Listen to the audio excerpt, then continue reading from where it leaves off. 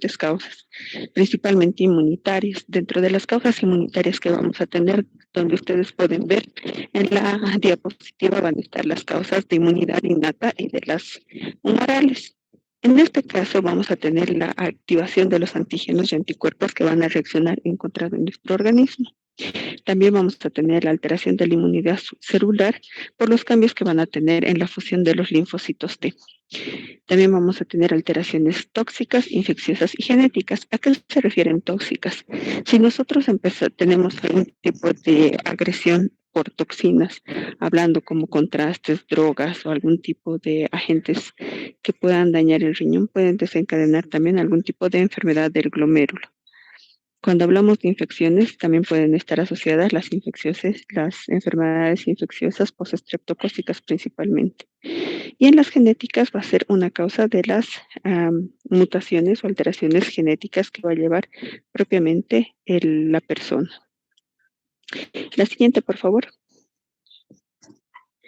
Cuando nosotros hablamos de malformaciones genéticas, vamos a tener algunas enfermedades glomerulares que van a tener principalmente la afectación genética. Dentro de esta afectación genética, nosotros que vamos a tener principalmente la alteración, lo que ustedes van a ver en un cuadro, van a tener las enfermedades, como les he mencionado, principalmente el síndrome nefrótico y las enfermedades focales segmentarias. ¿Por qué? Porque son enfermedades que no tienen una etiología estructurada o una etiología conocida. Entonces, lo que se ha visto y se ha estudiado es que estas enfermedades pueden ser principalmente las que tengan alteraciones a nivel de la nefrina, de los podocitos, que pueden tener alteraciones en las activaciones en la actina y también alteraciones tanto en el citoesqueleto o en el diafragma de hendidura. Entonces, con eso nosotros ya vemos en la parte del cuadro donde dice qué tipo de nefropatía puede ser, que es una enfermedad focal segmentaria o un síndrome nefrótico que puede ocasionar esto. La siguiente, por favor. Cuando nosotros hablamos de la parte de las matrices extracelular del glomérulo, nosotros vamos a dividir por la capacidad o la formación que va a tener este glomérulo. Entonces, nosotros vamos a tener toda la estructura que va a tener va a ser por colágeno, proteínas de fibras elásticas, glucoproteínas y proteoglucanos. Estos van a ayudar a que tenga una regulación y también nos ayuda a que la membrana de ultrafiltración tenga las características de filtrar y de evitar que la parte de las toxinas no sean reabsorbidas. La siguiente, por favor. ¿Cuál va a ser la evolución de una enfermedad glomerular? Dentro de la evolución de una enfermedad glomerular, nosotros tenemos que diferenciar principalmente una historia, o sea, la anamnesis, la parte de conocer si tienen enfermedades sistémicas conocidas o si tienen algún tipo de tratamiento, como para la obesidad, tratamientos de enfermedades inmunológicas que no sean propiamente del riñón. También en el examen físico ustedes pueden ver que tengan edema periorbital mañanero, líneas blancas en las uñas o las líneas de Muck, los antelasmas. Entonces, todas estas características en el examen físico les puede hacer pensar que se trata de una enfermedad inmunológica secundaria a una enfermedad del glomérulo que puede haber desencadenado con un síndrome nefrótico y esté produciendo algún tipo de daño. Dentro del laboratorio, ¿qué es lo que ustedes van a ver?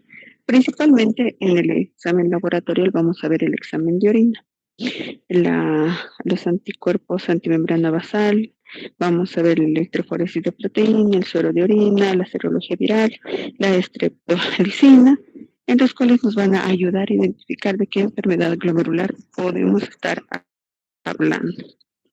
Hasta este momento, ¿tienen alguna duda o pregunta?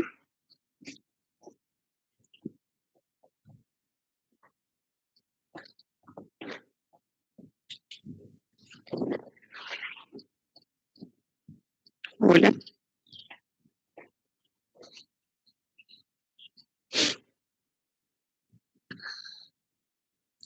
Hola, ¿tienen alguna pregunta?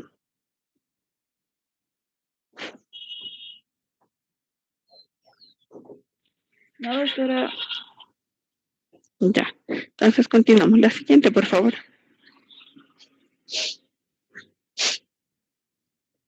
Entonces, cuando tenemos ya la parte principal del examen, tanto físico, laboratorial, nosotros vamos a pedir un estudio de imagen. Puede ser desde una simple radiografía de tórax, una ecografía renal, o vamos a pedir algún tipo de un estudio complementario que va a ser la biopsia renal, para que nos llegue a determinar el estudio, perdón, el diagnóstico etiológico y definitivo de la enfermedad del riñón, y así nosotros podamos tener el tratamiento. La siguiente, por favor.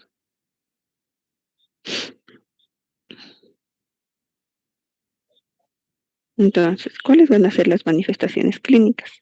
Las manifestaciones clínicas las vamos a dividir de acuerdo a eh, según a su evolución, a su histología o según a la clínica.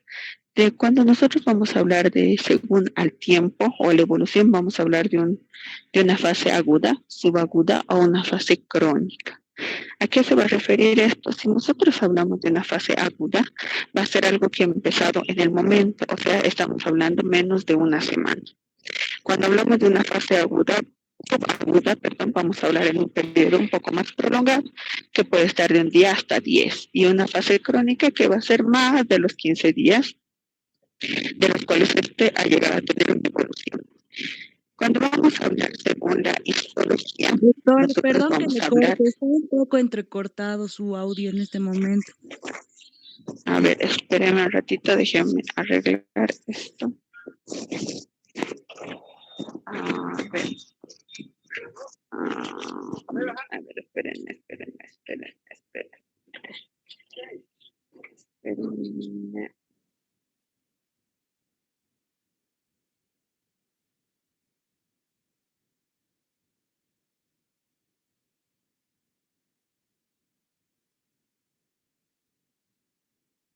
Ahora ya escuchan un poco mejor. Sí, doctora, ahora está mejor. Ahora sí. Sí. Entonces, vamos a ver según la evolución. Habíamos mencionado que puede ser agudo, subagudo y crónico. Cuando hablamos de una parte de una evolución aguda, vamos a estar hablando desde el día 1 hasta el día 7, que puede llegar a tener algún tipo de afectación del riñón. Cuando hablamos de una fase subaguda, vamos a hablar hasta antes de los 14 días y una fase crónica mayor de los 15 días. Entonces, en este caso, nosotros vemos una etiología de acuerdo al tiempo. Cuando nosotros vemos según la histología, ¿qué es lo que nosotros vamos a ver? Vamos a ver principalmente algún tipo de alteraciones que sean proliferativas o no proliferativas. ¿Cuándo vamos a decir que son proliferativas? Cuando hay un aumento en el número de lo que van a ser las células que van a estar a nivel de los glomérulos, principalmente las células mesangiales.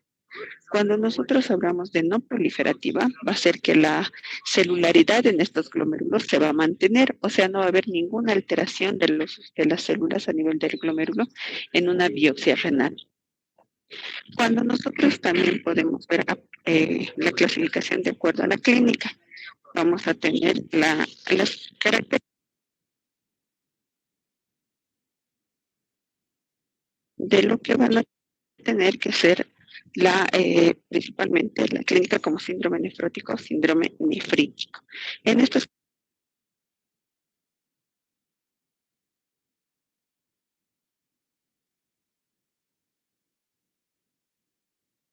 vamos a tener, como les decía, síndrome nefrótico, síndrome nefrítico, y también vamos a ver las alteraciones en el sedimento urinario, que pueden ser asintomáticas. Yo no puedo tener ningún tipo de sintomatología, pero sí voy a tener afectación. O sea, yo no voy a tener ninguna sintomatología, pero sí voy a tener, pónganse, no voy a tener ni edema, ni hipertensión, ni cefalea, nada. Solamente voy a hacer un examen de orina rutinario y voy a tener leucocituria, puedo tener hematuria, albuminuria. Entonces, a eso se llama alteraciones urinarias asintomáticas.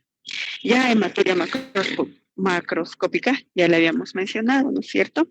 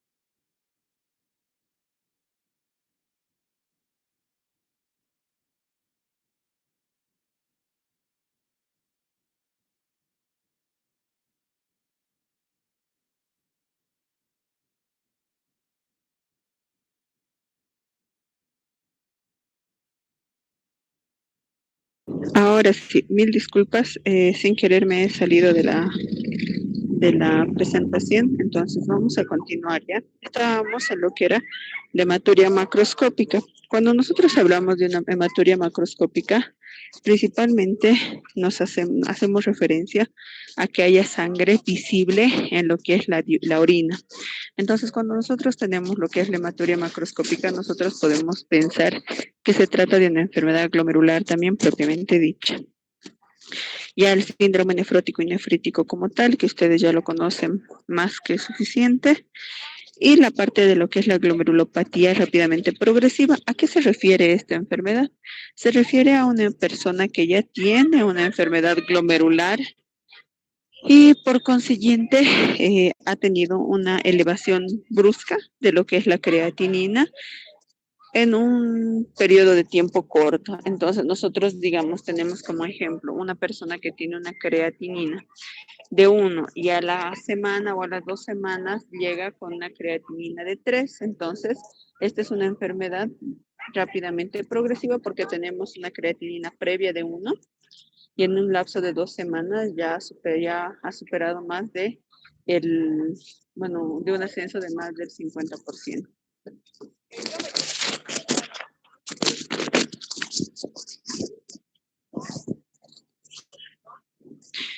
También tenemos lo que son las enfermedades glomerulares crónicas.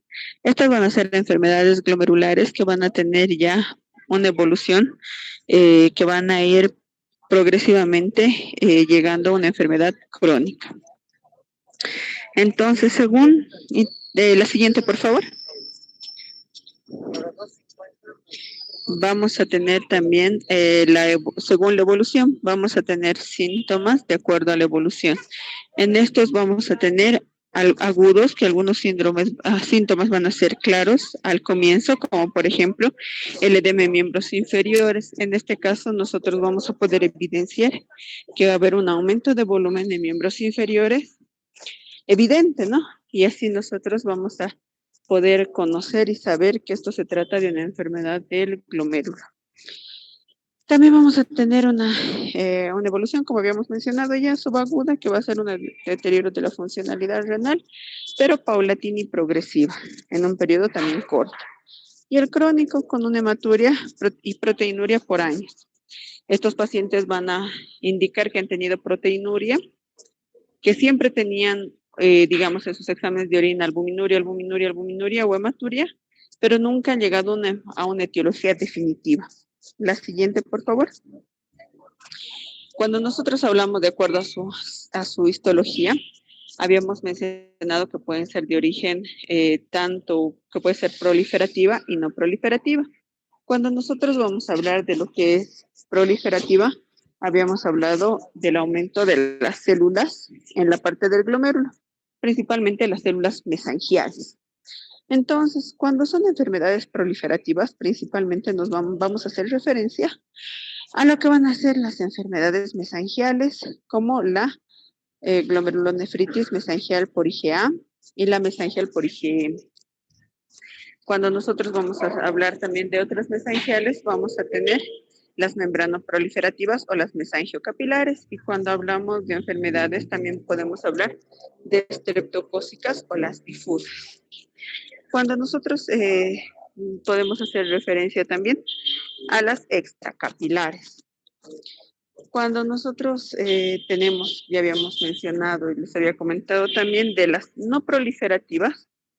Cuando son no proliferativas, nosotros tenemos que pensar en enfermedades como la nefropatía por cambios mínimos, la glomerulonefritis focal segmentaria y la membranosa o extramembranosa. ¿Por qué se van a diferenciar ambas?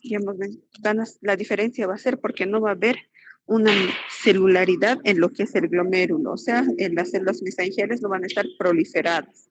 Y ese es un dato importante para poder diferenciar si son proliferativas o no a la biopsia renal.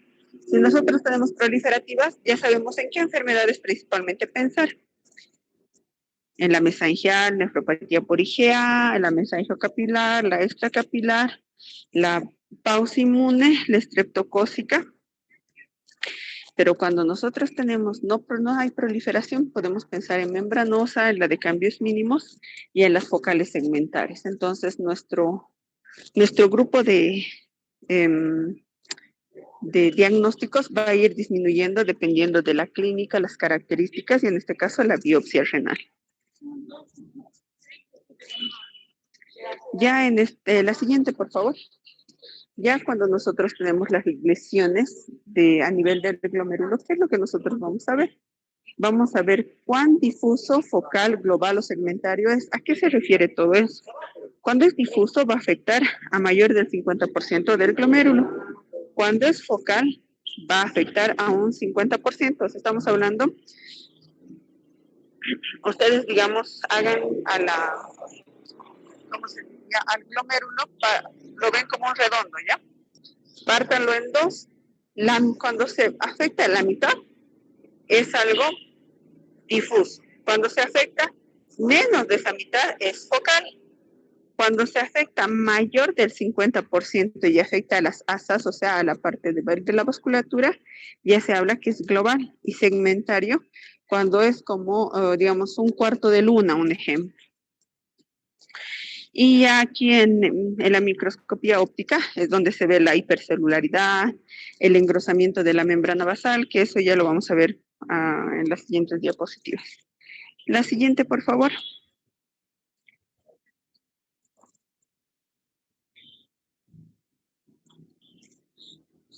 Bueno, en esta diapositiva vamos a ver las definiciones y cómo podemos nosotros diferenciar que se trate tanto de una enfermedad que son depósitos subendoteliales, subepiteliales, o que sea una enfermedad que tenga un compromiso endotelial.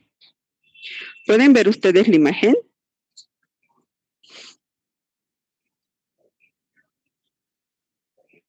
Bueno, si ustedes la pueden ver, magnífico. Yo ahorita no la estoy viendo. Pero en la imagen ustedes van a tener como unos redonditos verdes. Dentro de esos redonditos verdes, si ustedes ven, hay uno que está en la primera parte donde dice cápsula de Bowman, bajando un poquito. Ahí o sea, ahí tienen dos redonditos verdes, que esos van a ser los depósitos subepiteliales, perdón. ¿Y qué tipo de enfermedades van a tener estos depósitos? Van a tener las enfermedades, la glomerulonefritis aguda postestreptocócica, postinfecciosa, o la membranosa. Entonces, cuando los depósitos de su microscopía indiquen que tiene depósitos subepiteliales, ustedes van a pensar más en estos dos tipos de enfermedades. A la misma altura, un poquito más, pero ya casi dentro del círculo, tenemos los depósitos subendoteliales. Cuando nos reportan en la biopsia hay depósitos subendoteliales, entonces nosotros ¿qué tenemos que pensar? Que sea una nefropatía por IgA, una mesangiocapilar o una rápidamente progresiva tipo en las 4 variedades que tenemos.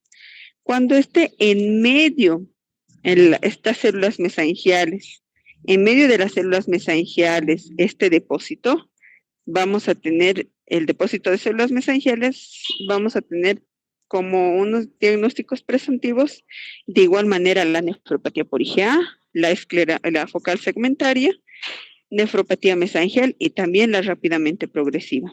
Entonces, cuando subendoteliales y mesangiales, vamos a ver cuáles estas enfermedades podemos llegar a tener como diagnóstico final.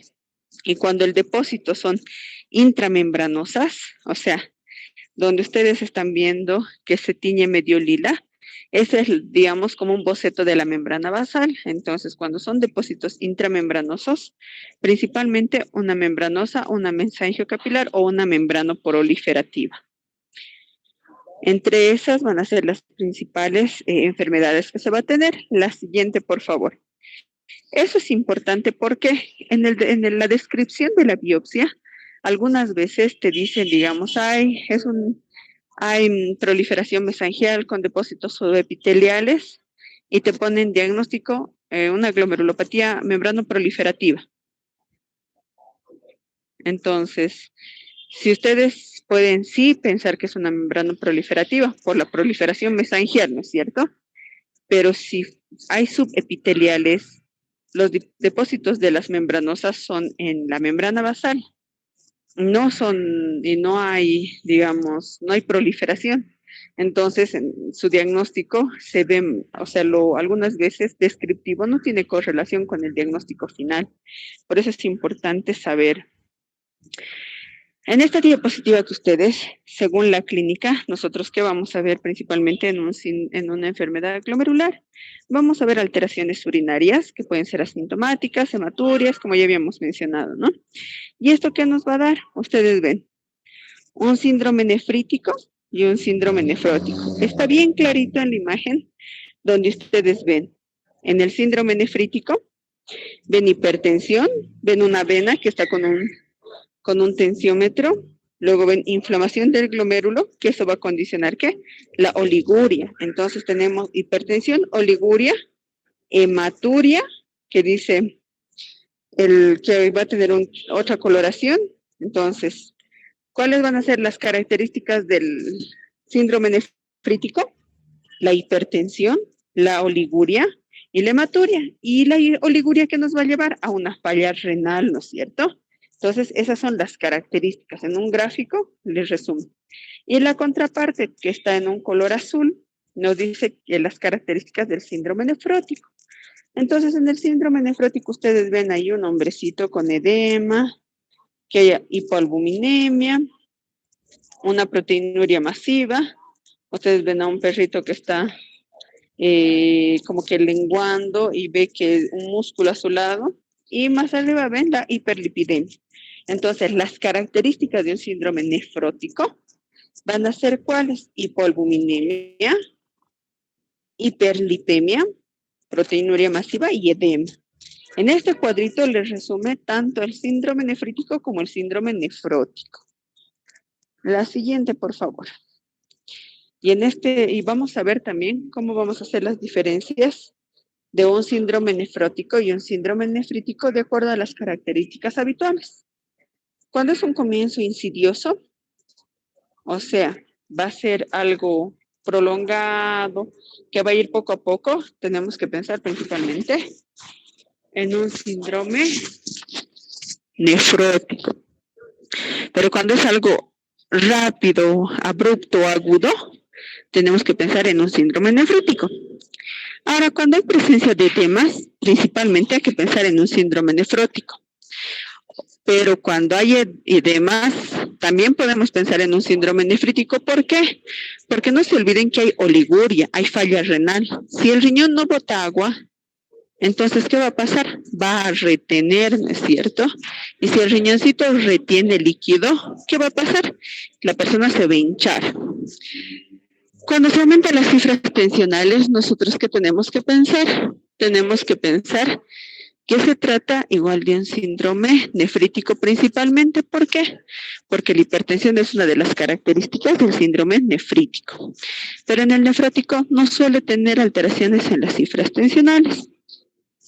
La presión venosa yugular, que eso más se lo ve en la parte de terapia, que va a ser normal, baja, y en el nefrítico elevada. La proteinuria en el nefrótico obviamente va a ser más alta porque va a ser una de sus características. Y en el nefrítico puede llegar a tener proteinuria, pero no es la regla. La hematuria también en el nefrótico puede tener o no puede ocurrir, pero la regla en el nefrítico es que sí esté presente. Cilindros rojos puede ser que tengan el nefrótico, pero sí o sí tienen que tener en el nefrítico. Y la albuminuria sérica va a estar baja en el nefrótico por el consumo de proteínas, ¿no es cierto? Vamos a botar tanta proteína que a nivel de la parte de la orina, ya que vamos a botar abundante por la parte de la orina, que no vamos a tener ya en la vía, ya no vamos a tener en la parte hematológica. Y en la parte del nefrótico vamos a tener ligeramente reducida. Entonces, la siguiente, por favor.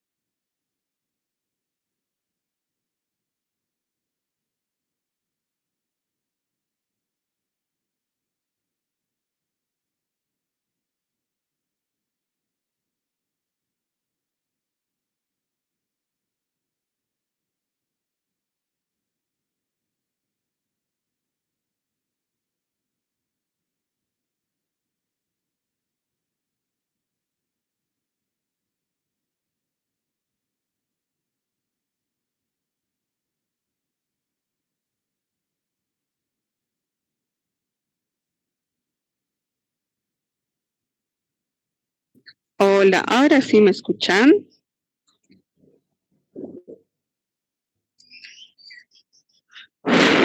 Hola, ya vamos a continuar. Entonces, les decía que en este momento, ahora vamos a ver el tipo de presentaciones de acuerdo a la enfermedad del glomérulo. Digamos que tuviéramos una hematuria sin algo sintomático, una hematuria microscópica y todo lo que ya habíamos mencionado.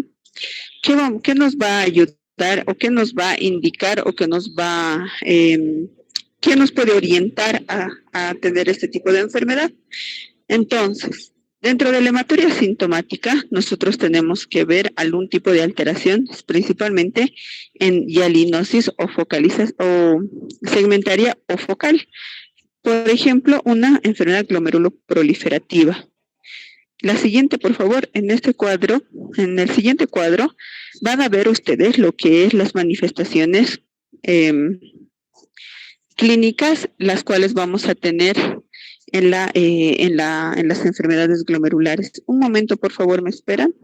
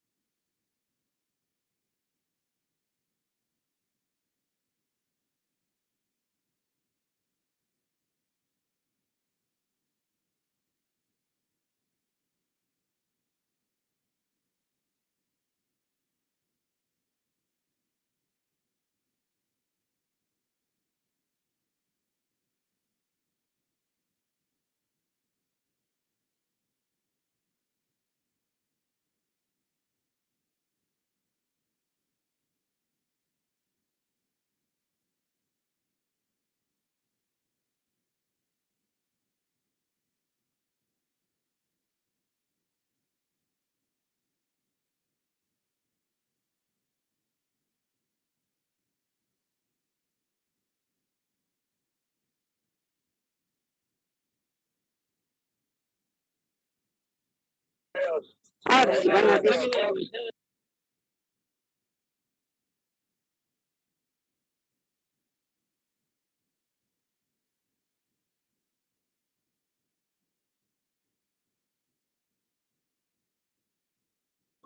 Ahora sí, van a disculpar. Entonces, estábamos hablando de que el síndrome nefrótico, que es las enfermedades que siempre les digo, ¿no? Cuando ustedes vean un síndrome nefrótico, ¿qué es lo que van a pensar? Disculpa, no se le escucha casi nada. Ahora, ahora, ¿me escuchan? Pero no se escucha bien. Es que es el problema de mi internet, que ahorita está como que se corta, viene, se corta, viene. Ahora me están escuchando un poco mejor. Hola. A ver, denme unos 5 minutos, lo voy a arreglar y me voy a volver a conectar. Espérenme, por favor. Porque ahorita...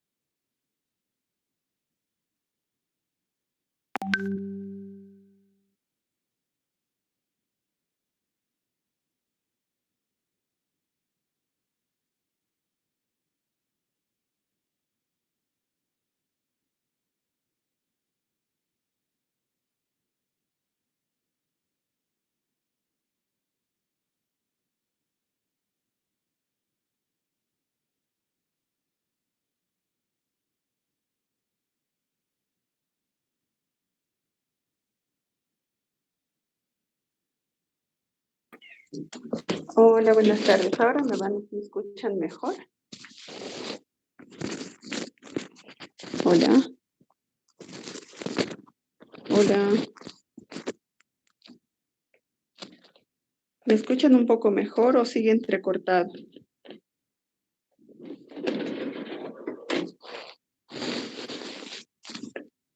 Hola, buenas tardes. ¿Me escuchan mejor o sigue entrecortado?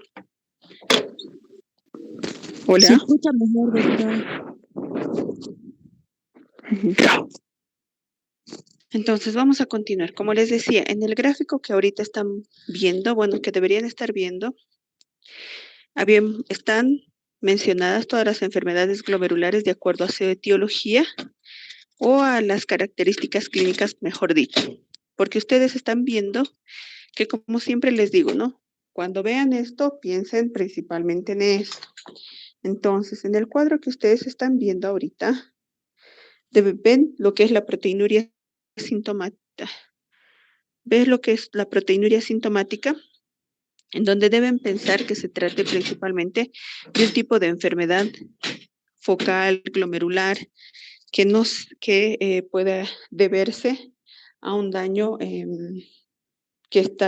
un daño que no es del todo manifiesto. En la siguiente, en la otra, donde dice síndrome nefrótico, cuando ustedes tienen un síndrome nefrótico como tal, puro, propiamente dicho, o sea, que tenga hiperlipemia, que tenga hipoalbuminemia, que tenga edema y proteinuria, entonces ustedes tienen que pensar en qué. Como ahí dice en el gráfico, pueden ver ustedes, tienen que pensar en una enfermedad de cambios mínimos, en una membranosa idiopática o secundaria, en una rápidamente progresiva hialinosis focal, glomerulopatía por C3, una fibrilar, una glomerulosclerosis diabética, amiloidosis, enfermedad de cadenas ligeras. ¿Por qué? Porque estas enfermedades principalmente debutan ¿con qué? Con proteinuria, porque son principalmente enfermedades que atacan del síndrome nefrótico. En el siguiente, en la siguiente grupo vamos a hablar de la microhematuria sintomática. Si ustedes tienen un paciente que les llega y les dice que hace mucho tiempo atrás ya tenía hematuria, pero era intermitente, algunas veces presentaba hematuria, otras veces no, otras veces sí. Entonces, ¿qué enfermedades ustedes pueden pensar? Principalmente en la enfermedad por nefropatía, por enfermedad por IgA, una enfermedad de Alport. También pueden pensar en una focal segmentaria o una membrana basal delgada, que es una de las principales enfermedades que te van a afectar que te van a dar, no afectar lo que te van a dar, lo que es la hematuria. Por otro lado, cuando ustedes tengan una hematuria macroscópica recurrente, eso se refiere a personas que le digan, hace tiempo orinaba con sangre continuamente y luego se me perdía, pero luego otra vez aparecía y continuaba y continuaba y continuaba. Entonces ahí tienen que pensar en enfermedad de la membrana basal, nefropatía por IgA y de Alport también. Cuando ustedes tengan lo que es un síndrome nefrítico puro, o sea, estamos hablando de oliguria, hipertensión y afectación del riñón, ¿no? Afectación del riñoncito o una falla renal, entonces nosotros tenemos que pensar en una postestreptocócica, en una nefropatía por IgA o en un lupus. Y cuando sean rápidamente progresivas, principalmente las enfermedades que son más de peor pronóstico, que van a ser las enfermedades, como ustedes la van a ver, la de Goodpasture, las pausimunes, las enfermedades, las vasculitis, la púrpura, también van a ver ustedes en este contexto ¿qué se llama? La de Goodpasture, la posinfecciosa, las pausimunes, la de Wegener y las enfermedades crónicas. Ya en la siguiente diapositiva, por favor, ahí ustedes van a ver el tipo de enfermedad y las características que tienen que tener. principalmente, ¿no? Por ejemplo, ustedes van a ver en la enfermedad ahorita van a ver en la enfermedad de lesiones mínimas o cambios mínimos. Esta principalmente se va a manifestar como un síndrome nefrótico y nada más. O sea, su principal característica va a ser un síndrome nefrótico, como ustedes están viendo en el cuadro, ¿no? Pero si ustedes tienen una enfermedad membranosa, ¿cuál va a ser la característica principal de la membranosa? También el síndrome nefrótico y algunas veces van a tener hipertensión arterial. No es muy común. Si tenemos focal segmentaria, va a darse principalmente como un síndrome nefrótico. ¿Por qué? Porque en estas enfermedades focales principalmente son con proteinurias masivas, que en las siguientes diapositivas les voy a seguir mostrando. Y así en este cuadro ustedes van a resumir ampliamente el tipo de enfermedad glomerular que tienen que asociar cuando tengan alguno de estos síndromes. Pero ustedes saben que no toda es la regla, ¿no es cierto? La siguiente, por favor. La siguiente. Entonces, en un síndrome nefrótico vamos a tener edema. Esto lo vamos a ver rapidito porque ya lo habíamos tocado el síndrome nefrótico. Entonces, en un síndrome nefrótico vamos a tener principalmente cuáles van a ser los mecanismos de edema. Vamos a tener un llenado insuficiente y uno por exceso, o sea, edema por exceso y uno por alteraciones, principalmente en la depuración. Entonces, vamos a tener proteinuria. La proteinuria nos va a llevar a hipoalbuminemia. Esta hipoalbuminemia, ¿qué va a hacer? Va a alterar las presiones oncóticas y la coloidosmótica plasmática. Al haber alterado estas presiones, ¿qué es lo que va a pasar? Se va a ver alteradas las fuerzas de Frank y Starling. Al estar alteradas estas fuerzas que nos mantienen la osmolaridad, ¿qué es lo que va a pasar? El volumen plasmático se va a ver reducido, o sea, va a haber una alteración en lo que es la presión oncótica. Al ver esta alteración de la presión oncótica y ver el volumen reducido, va a reaccionar el cuerpo como si no estuviera teniendo líquido, o sea, le estuviera faltando. ¿Y qué va a hacer? Va a activar la vasopresina y por consiguiente, al activar la vasopresina, ¿qué va a pasar? Va a haber una retención de líquidos. Cuando tenemos también nosotros el volumen plasmático reducido, ¿qué va a pasar? El péptido natriurético auricular va a estar bajo, va a tener tendencia a estar bajo. ¿Qué es lo que va a producir? Igual, retención y edema. Es como cuando hay hipovolemia, no tienen buen flujo coronario, no tienen buen flujo plasmático. ¿Qué es lo que pasa? El sistema renina-angiotensina se va a activar. ¿Para qué? Para retener y mantener la presión. Entonces, al retener sodio, ¿qué es lo que va a pasar? Igual va a absorber agua y se va a producir el edema. Cuando es el llenado de exceso, va a haber un defecto tubular que va a causar, ¿qué? La retención del sodio. ¿Y esto qué va a hacer? Si va a retener sodio, el volumen plasmático, ¿qué va a hacer? Se va a elevar, ¿no? Va a aumentar. Si yo estoy reteniendo agua, entonces va a aumentar. Y en este caso se activan y como para contrarrestar esto, es lo que produce la retención de sodio. La siguiente, por favor. Entonces, en el síndrome nefrótico, una característica es principalmente con proteinuria de más de 3.5 gramos, pero los que no tienen es un síndrome nefrótico incompleto. La hipoalbuminemia va a producir pérdida de proteínas que va a responder mediante el aumento de síntesis de la albúmina. Estas proteínas no se pierden en la orina. Estas proteínas se van a perder en la orina que van a estar disminuidas en el plasma. El edema puede haber de dos tipos, ya hemos visto el de llenado, va a ser insuficiente la activación del sistema renina-angiotensina por hipovolemia y va a haber un exceso en la disminución de las presiones oncóticas o por la pérdida de masa magra, y el aumento de la presión del glomérulo. La siguiente, por favor. Estas van a ser cuando ya hay una alteración en lo que es las proteínas, vamos a perder proteínas, va a haber una hipoalbuminemia, ¿qué es lo que va a hacer? El hígado va a empezar a funcionar y activarlo, va a empezar a activar proteínas de coagulación, van a empezar a aumentarse y por lo tanto va a haber tipos de alteraciones en los cuales va a haber principalmente va a estar aumentado el fibrinógeno, factores de coagulación. Esto va a ser una adhesión plaquetaria, va a alterar la contracción del volumen, va a haber una hemoconcentración y por consiguiente puede haber una alteración, una trombosis venosa, una trombosis arterial. Y para esto, por eso nosotros cuando tenemos pacientes que tienen edema o proteinurias masivas y que sabemos que tienen hipoalbuminemia, nosotros ¿qué hacemos? Les damos profilaxis tanto o enoxaparina, que es un anticoagulante, o les damos aspirineta para que sea un antiagregante plaquetario, porque ustedes han visto que hay una agregación plaquetaria marcada. La siguiente, por favor. Va a haber hipercoagulabilidad, es el estado donde puede producir trombosis, y esto se va a dar cuando hay una albúmina menor de 2, y esto es principalmente en los rangos nefróticos.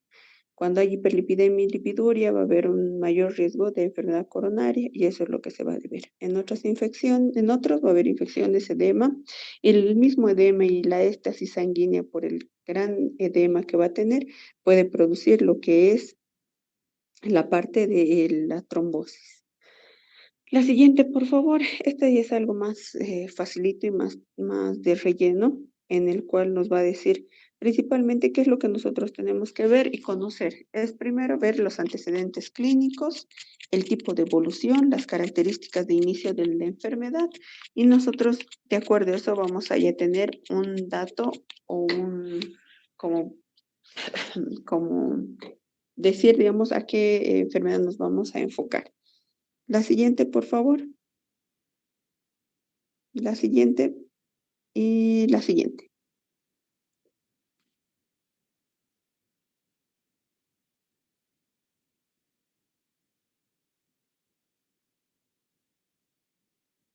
Así. No puedo ver todavía lo que aparece, lo que estás, hasta qué diapositiva has pasado.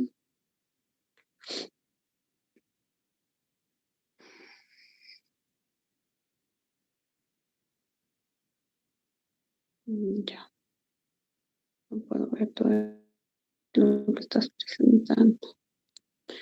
Ya, ahora sí. Entonces, para hablar principalmente de una de las principales enfermedades glomerulares, como es la glomerulopatía por cambios mínimos. Una de esta enfermedad, como su nombre lo indica, no va a mostrar lesiones, o las lesiones que va a mostrar van a ser mínimas. Por eso es el nombre de una enfermedad de cambios mínimos. Entonces,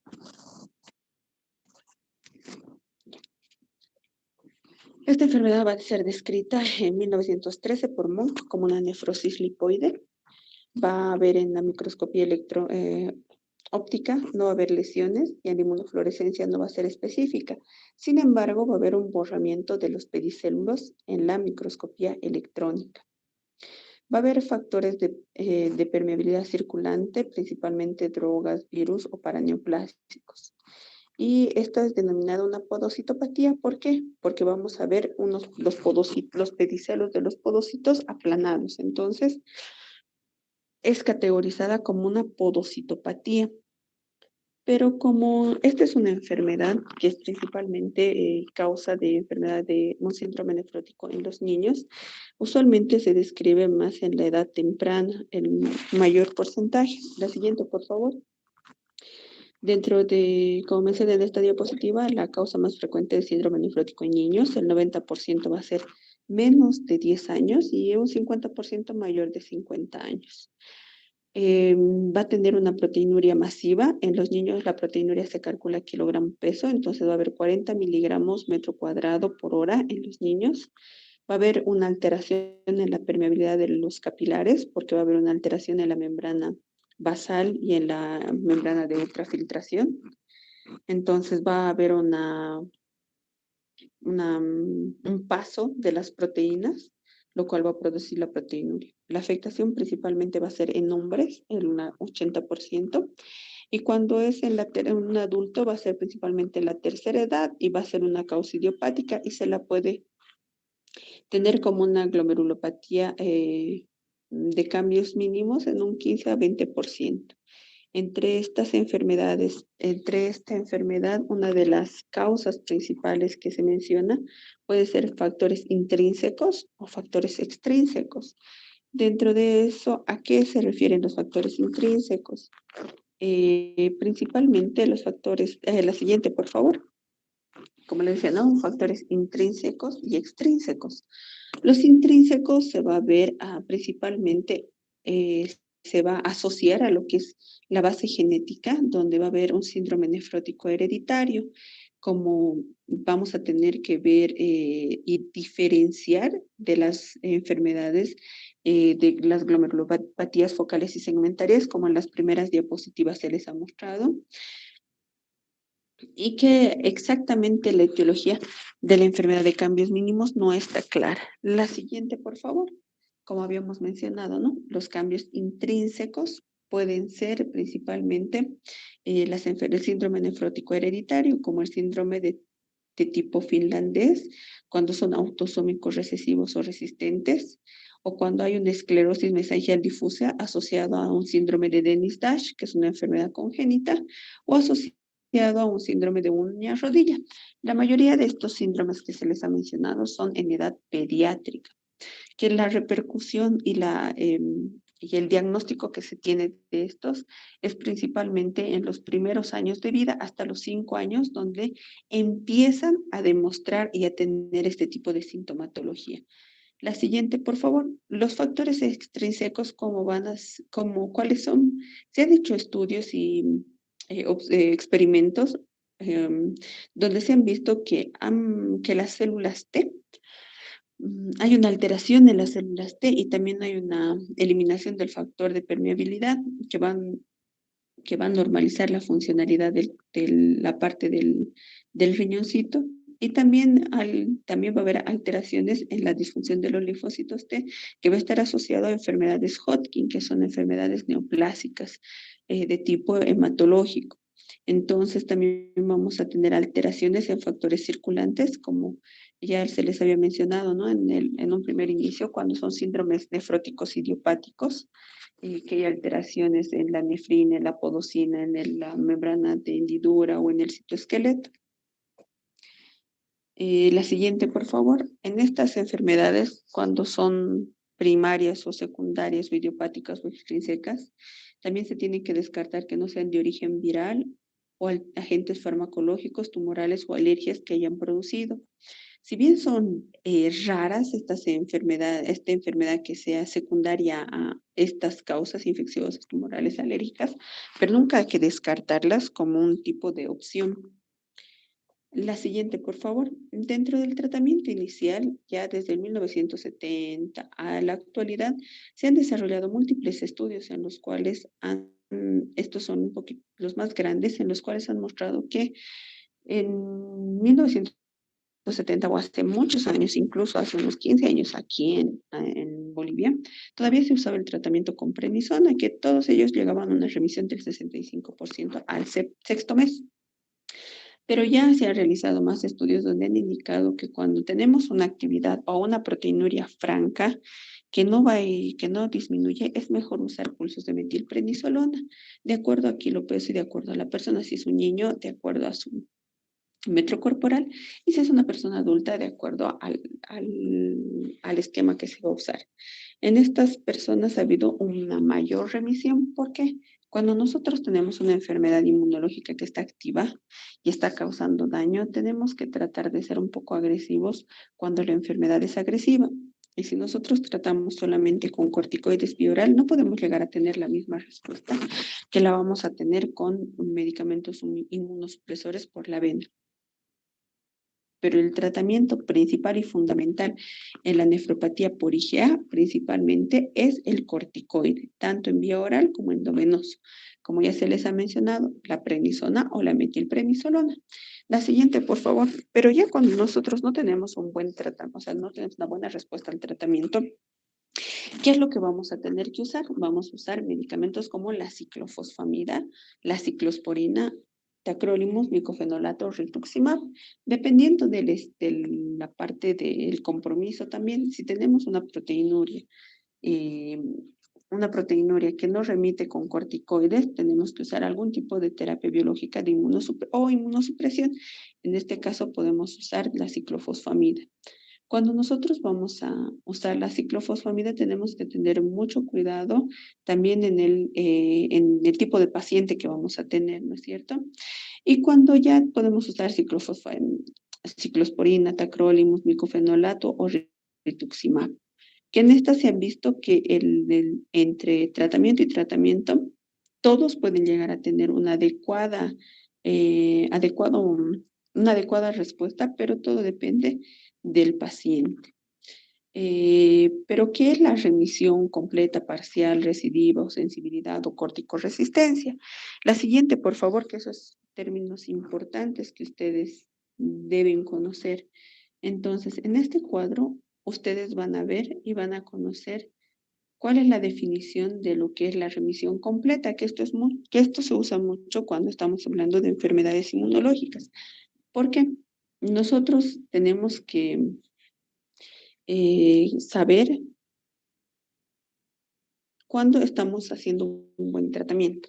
Entonces, cuando es remisión completa, nosotros hablamos que va a haber una proteinuria menor de 300 miligramos día. Si, digamos, hemos empezado con una proteinuria de 5 gramos y a los 6 meses hacemos un nuevo control y nos sale menos de 300, entonces esta es una remisión completa. Si nosotros empezamos el tratamiento con 6 gramos, pero tenemos una reducción de proteinuria de menos de 3.5 o al menos más del 50% de lo que hemos empezado, entonces estamos hablando de una remisión parcial. Cuando hablamos de una recidiva, va a ser la reaparición de la proteinuria más hipoalbuminemia cuando nosotros usamos el tratamiento, digamos, llegamos al 6.º mes y ya tenemos que ya vamos a ir disminuyendo la dosis.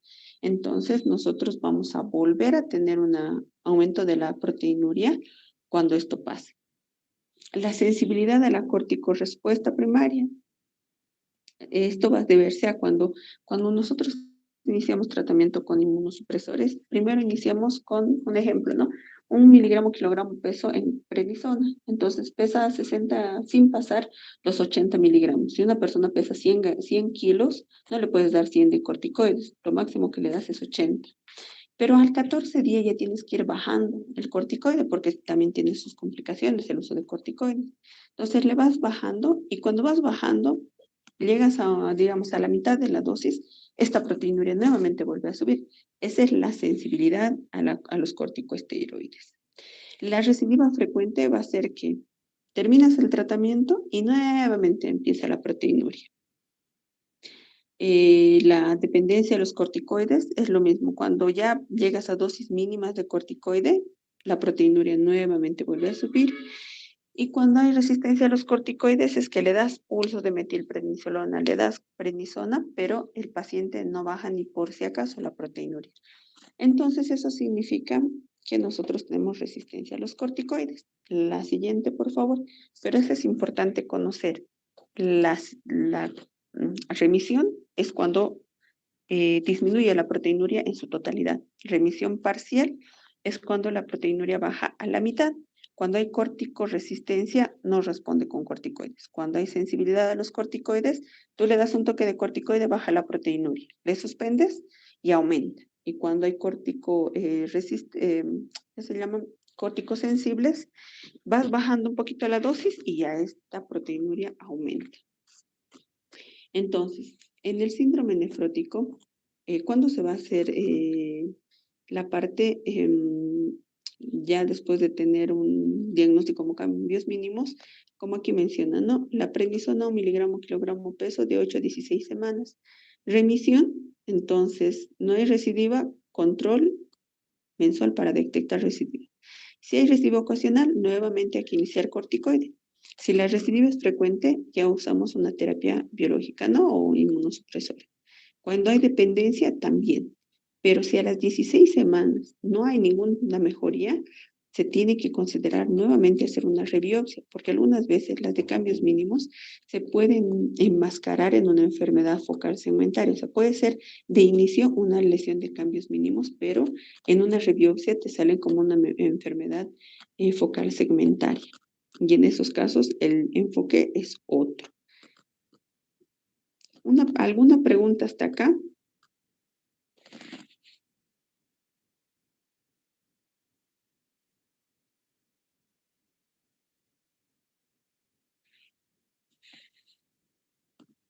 Hola.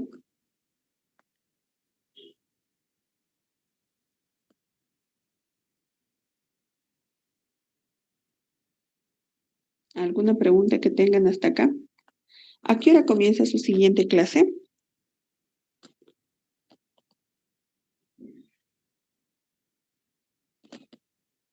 Hola.